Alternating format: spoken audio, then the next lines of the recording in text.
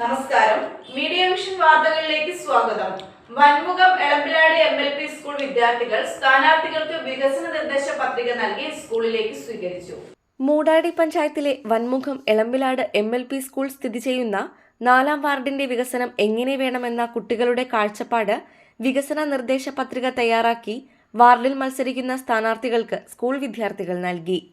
വിദ്യാർത്ഥികൾ നിർമ്മിച്ച പേപ്പർ പേനകൾ നൽകി സ്ഥാനാർത്ഥികളെ സ്വീകരിച്ചു.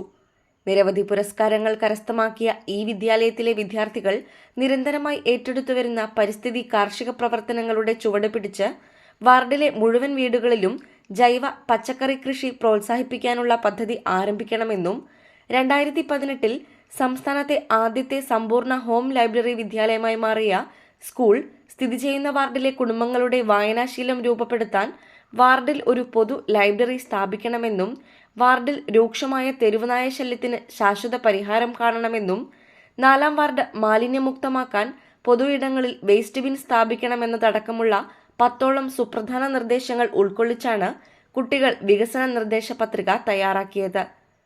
4-ാം വാർഡിൽ മത്സരിക്കുന്ന 3 സ്ഥാനാർത്ഥികളെയും സ്കൂളിലേക്ക് ക്ഷണിച്ച് കുട്ടികൾ തങ്ങളുടെ വാർഡ് വികസന സങ്കല്പം പങ്കുവെക്കുകയും നിർദ്ദേശ പത്രിക സമർപ്പിക്കുകയും ചെയ്തു.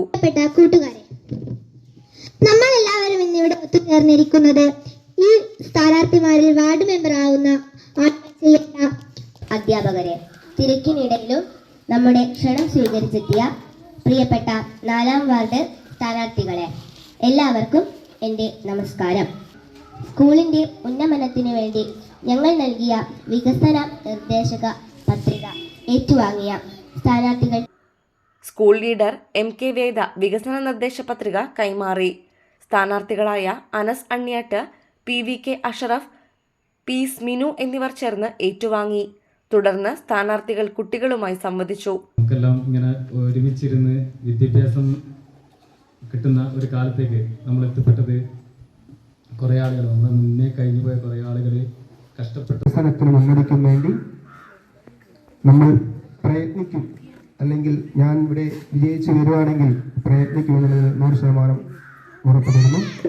അതുപോലെ തന്നെ ഞാൻ വാർഡ് മെമ്പറായി തിരഞ്ഞെടുക്കപ്പെട്ടാൽ കുട്ടികളുടെ നിർദ്ദേശങ്ങൾ പാലിച്ചുകൊണ്ട് പ്രവർത്തിക്കുമെന്ന് സ്ഥാനാർത്ഥികൾ ഉറപ്പു നൽകി. സ്ഥാനാർത്ഥികളായ ശേഷം ആദ്യമായിട്ടാണ് ഇത്തരത്തിലൊരു വികസന നിർദ്ദേശ പത്രിക ലഭിക്കുന്നതെന്നും കൊച്ചു വിദ്യാർത്ഥികളുടെ ഏറ്റവും സാമൂഹ്യ പ്രതിബദ്ധതയുള്ളതും മാതൃകാപരവുമായ ഇടപെടലാണ് ഇതെന്നും സ്ഥാനാർത്ഥികൾ പറഞ്ഞു. News bureau, media vision, Perambra.